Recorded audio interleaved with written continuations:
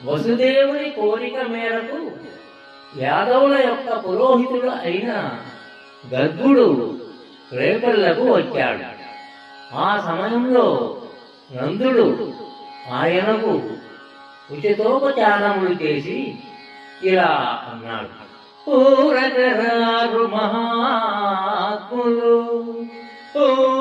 ఊరకరారు మహాత్ములు, వారథముల ఎండగడకు వచ్చుట కారణము మంగళములకు, నీరాక శుభంబు మాకు నిజము మహాత్మా, నీరాక శుభంబు మాకు నిజము మహాత్మా.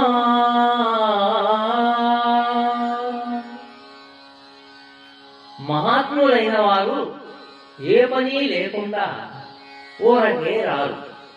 తక్కువ స్థాయిలో ఉన్న మా వంటి వారి ఇంటికి వచ్చారంటే దానికి కారణము మాకు శుభములు చేకూర్చడానికే అయి ఉంటుంది. మహానుభావ, మీ రాక చాలా శుభం కలిగిస్తుంది, మాకు బాగా తెలుసు. ఇప్పుడు ఈ పద్యాన్ని వ్యంగ్యంగా కూడా ఉపయోగిస్తున్నారు.